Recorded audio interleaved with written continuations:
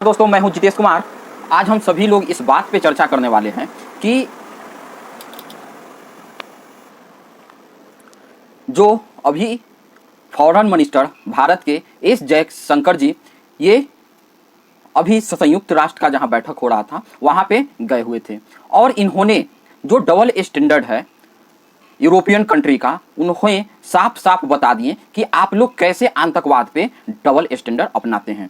उन्होंने ये चीज का भी याद दिलाया कि अभी जो भारत के साथ पहलगांव जैसी आतंकवादी क्रूर घटनाएं हुई हैं, इससे लेकर आप सभी लोग इस बात के ऊपर बिल्कुल भी ध्यान नहीं दे रहे हैं कि जो आतंकवादी हमला आज हमारे यहाँ हुआ है, वही आतंकवादी हमला आने वाले दिनों में आप सभी लोगों के देशों में होगा।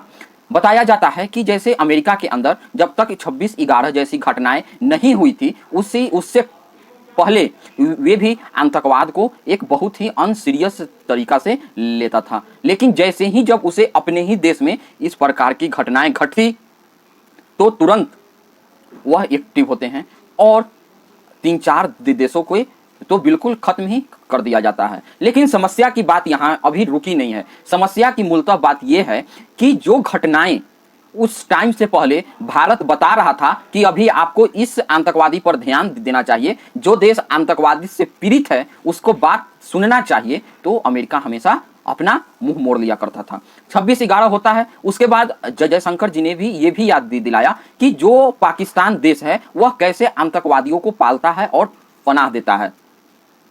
और ये बात भी सच है कि जो पाकिस्तान है वह सिर्फ आतंकवादी बनाने का फैक्ट्री कहा जाता है। पाकिस्तान के अंदर और कोई चीज प्रोड्यूस हो या न हो, वहां आतंकवाद जरूर प्रोड्यूस होता है और इसी आतंकवाद से लड़ने के लिए हमेशा भारत तत्परता से हर अपनी बात को हर प्लेटफॉर्म पे रखते हैं। हम सभी लोग जानते हैं कि जब भारत के अंदर पहलगांव की घटना होगी और उसमें हिंदुओं को पूछ कर जब गोली मारा गया और उन्हें बताया गया कि जाकर बता देना अपने देशवासियों को या प्रधानमंत्री को, तो इसकी निंदा के लिए हमने जो ऑपरेशन सिंदूर में जितने भी कार्य किए उन सारे को हमने एक डेलीगेशन बनाया और डेलीगेशन बहुत सारे भागों में बनाकर बहुत सारे देशों में भेजे।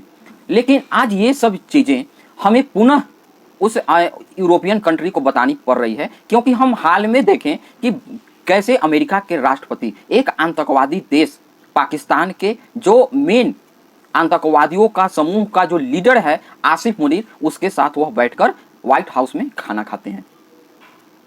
तो जब बात अब यहाँ तक खाना तक आ चुकी, तो भारत इस चीज में जयशंकर जी बिल्कुल ही क्लियर और स्पष्ट मामला से समझा दिए कि अभी जो इस प्रकार की घटनाओं पर आप लोग ध्यान नहीं दे रहे हैं, आगे आने वाले में बिल्कुल ही आप लोगों को देश में होगा। और हम सभी लोग जानते हैं कि आज होगा नहीं, होना स्टार्ट हो चुका है। कोई भी देश को आप उठा के देख लीजिए, फ्रांस हो गया, इटली हो गया, ब्रिटेन हो गया, इन सबों में किस प्रकार से तबाही मचाई जा रही है और इन इस्लामिस्टों के द्वारा किस प्रकार से वहां अपनी पूरी तरीका से वर्चस्व बनाया जा रहा है। अधिकतर लोगों का यह बोलना है कि जो ब्रिटेन जो था वह अजाइलम दे के अब ब्रिटेन नहीं इस्लामी ब्रिटेन उसको बना दिया है। अब वहां पे लंदन जो शहर हुआ करता था अब वह कबंडन बन गया है। अब वहां पे चारों ओर सिर्फ कबाड़ा ही कबाड़ा दिखाई पड़ते हैं। वहां के जो व्हाइट लोग हैं अब उनके घर में उनके बच्चियां सुरक्षित नहीं हैं। हम सभी लोग हमेशा रिपोर्ट में देखते हैं कि कैसे ग्रूमिंग गैंग, जिसमें सारे के सारे पाकिस्तानी ही होते हैं और सारे के सारे एक ही धर्म से मानने वाले लोग होते हैं, वह कैसे वहां के व्हाइट छोटी छोटी बच्चियों को 10 साल 12 साल 15 साल के बच्चियों के साथ उनको कैसे ग्रूम करते हैं, उनको ड्रग्स दिया जाता है, छोटी उम्र में शराब पिलाया जाता है और खुद के साथ अन्य साथियों के साथ भी उनके साथ दुर्व्यवहार किया जाता है। अब ये सब चीजों को देखते हुए, क्योंकि वहां के जितने भी अभी तक प्रधानमंत्री बने वह इन इस्लामिस्टों के जो भी हम बोल सकते हैं कि उनको मनाने के लिए, उनसे वोट लेने के लिए कैसे वहां के सरकार भी उनके खिलाफ एक्शन नहीं लेती है। अगर कुछ लोग उनके खिलाफ बोलते भी हैं तो उनको इस्लामोफोबिया और क्या क्या नाम से बताकर उनको बिल्कुल तरीका से साइडलाइन कर दिया जाता है। इसी प्रकार से आप फ्रांस के अंदर भी देखिए कि कैसे वहां पे ईद और मुहर्रम पर जुलूस निकाला जाता है। वहां पर जब कुछ मोरक्को जैसे देश हार जाते हैं तो पूरी तरीका से फ्रांस की राजधानी को आग में झोंक दिया जाता है। इटली में भी उसी प्रकार के कार्य किए जा रहे हैं। कहने का मतलब ये है कि आज पश्चिमी देश भी बिल्कुल सुरक्षित नहीं है इन इस्लामिस्टों से, और यही चीज बार बार भारत के एस जयशंकर जी याद दिलाते हैं। याद दिलाने के पीछे मुख्य कारण ये है कि जब से भारत को आज़ादी मिली है 15 अगस्त 1947 से, उसी दिन अंग्रेजों के द्वारा बांटो और राज करो के नीति के द्वारा कैसे एक जो पाकिस्तान था उस देश का निर्माण नहीं किया जाता है। आज वह बेशक भिखारी स्थान बन चुका है, पापी स्थान बन चुका है, लेकिन जब उसको निकाला गया भारत से तो समझिए कि जो मलबा, एक अगर कोई घाव हो जाए उसमें मलबा जमा हो जाए तो उस मलबा को निकाल देना ही बेहतर होता है। उस मलबा को निकाल दिया गया, लेकिन वह मलबा इतना गंदा है कि वह उसका गंध आज भी अगल बगल को क्षेत्रों में, अब तो पूरे विश्व में अपना जो गंध है वह फैलाने लगा है पाकिस्तान। तो उसी से हम लोगों ने आज़ादी से लड़ते लड़ते अभी तक लड़ते ही आ रहे हैं। सभी लोगों को मालूम होगा कि 65 का युद्ध हुआ, 72 का युद्ध हुआ, ये सारी युद्ध उन्होंने लड़के देख लिया। अब जब वह जानते हैं कि हम नहीं जीत पाएंगे तो उन्होंने इस्लामिस्टों के जिहादियों को सहारा लेकर भारत को हमेशा अनस्टेबल करने की कोशिश की जाती है। इससे पश्चिमी देशों को भी कहीं ना कहीं ज़्यादा से ज़्यादा फायदा पहुंचता है। उनको भी भारत, स्थिर भारत नहीं चाहिए। अगर स्थिर भारत चाहिए तो वे सभी लोग जानते हैं कि एक और कंपटीटर खड़ा हो जाएगा, जैसे कि चाइना कुछ ही साल में बिल्कुल खड़ा हो गया और वह आंख में आंख डालकर आज बात करने की कोशिश करता है। तो ये सारी परिस्थिति, और साथ में साथ पाकिस्तान भी चीन को, भारत को अनस्टेबल करने के लिए पूरी तरीका से कभी फाइटर जेट देकर, कभी ऑन और पैसा देकर, इसी प्रकार से अमेरिका भी वहाँ पे कभी फाइटर जेट देकर, कभी अन्य प्रकार और पैसे डॉलर देकर उनको भी मदद करते हैं।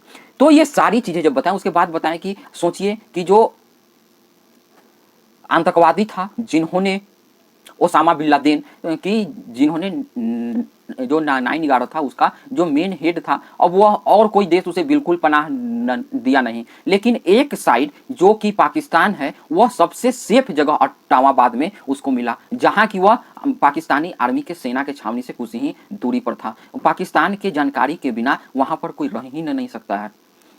तो ये सारी जब जानकारियां, तो वह उनको ओसामा बिन लादेन के बारे में भी याद दिलाया गया। लेकिन अब इस चीज़ को हम थोड़ा बहुत समझने की कोशिश करते हैं कि हमारे देश में इतने सारे देश के पास भी आतंकवादियों को हम बार बार आगाह करते रहते हैं, उनको बताते रहते हैं कि यह प्रॉब्लम खुद आपके देश में आप ही से शुरुआत होगा, तो उन लोगों को विश्वास होता नहीं है। जब होने लगता है, अब जैसे आज ब्रिटेन के लोग खुद चिल्ला रहे हैं कि हमारे ही देश में हमारी बच्चियां सुरक्षित नहीं हैं, तो इसी प्रकार से बिल्कुल बचाव करने के लिए अमेरिका को भी पहले से ही सतर्क रहना पड़ेगा, और इसी के लिए बार बार भारत उनको सलाह और अपने बात को बताते रहता है। हम सभी लोग जानते हैं कि भारत आज से नहीं, लगभग पिछले 2-2,500 वर्षों से तो लगातार इन इस्लामिस्टों और क्रिश्चियन मिशनरियों से लड़ते आ ही रहा है। और आगे ये सारी बातें जयशंकर जी ने बताई। आप सभी लोग जुड़े, इसके लिए बहुत बहुत धन्यवाद। जय हिंद, जय भारत। आप सभी लोगों से अनुरोध है कि चैनल को ज़्यादा से ज़्यादा लाइक कीजिए, सब्सक्राइब कीजिए और शेयर कीजिए। जय हिंद, जय